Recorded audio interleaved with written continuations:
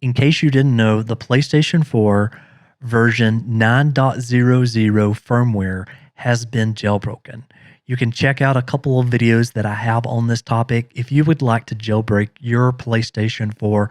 Also, if you're on a lower firmware version that's not 9.00, I'll show you how to upgrade it. Okay, so let's jump into the FAQ. I'm going to begin with the age-old question, which is, should I upgrade or not to 9.00? First things first, if you already are on 9.03, don't update any further. There may be an exploit for 9.03, but I wouldn't count on it. Just don't update any further.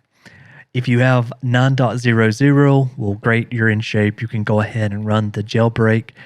If you are on version 8.x, in that instance, since there isn't a known exploit for that version number of 8, I would recommend to go ahead and update that to 9.00.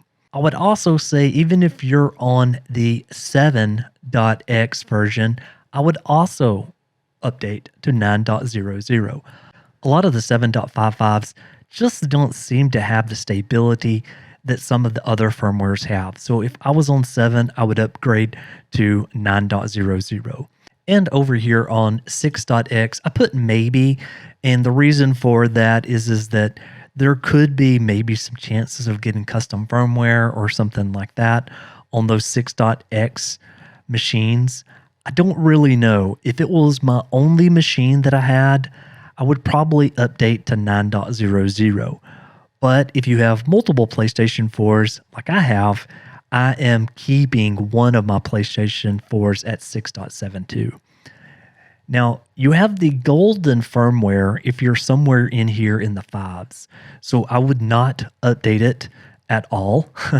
This 5.05 and 5.07, they're extremely stable. So I would keep my PS4 at the 5.x version.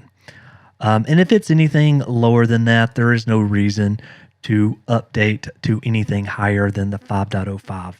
It is very rare to find a PlayStation 4 on lower firmware than 5. Okay, and now what are the real advantages of staying on 5.x?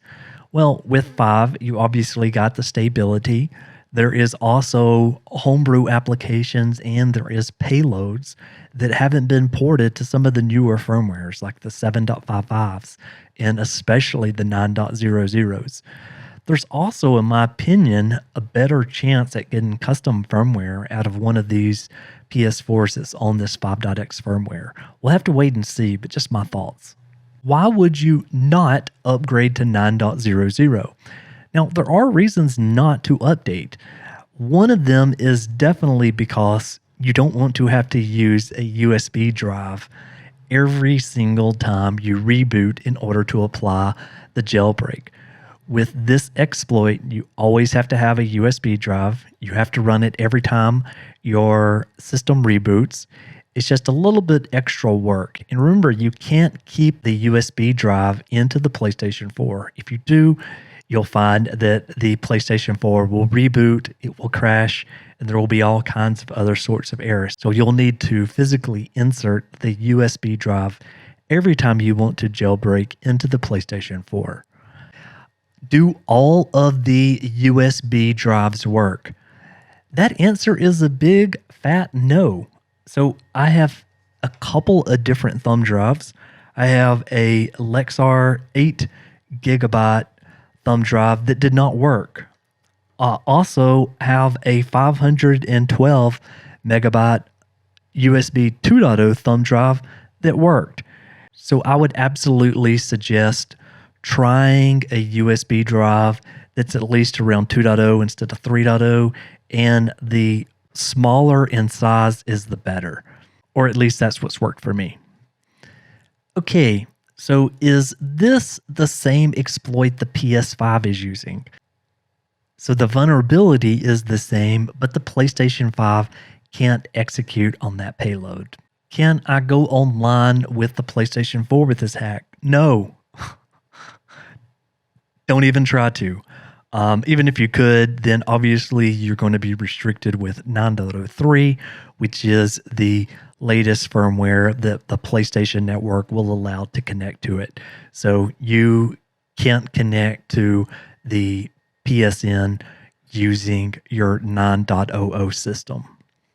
Okay, and next is all about what file system that I used to update my PS4 to the 9.00, and as well as what file system we used for the jailbreak on the USB drive. So in my instance, I used FAT32 to update my PS4, and you really don't have to worry about which file system that you're using as long as you follow the tutorial that I have listed below. It will automatically image your USB disk to have the proper file system along with the proper files.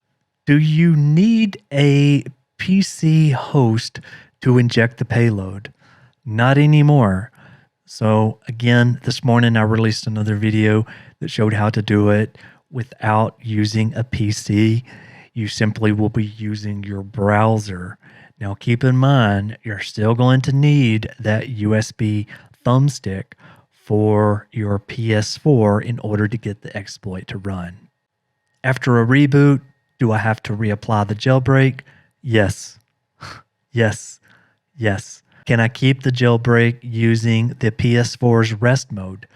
For the most part, yes. It seems like it appears to work.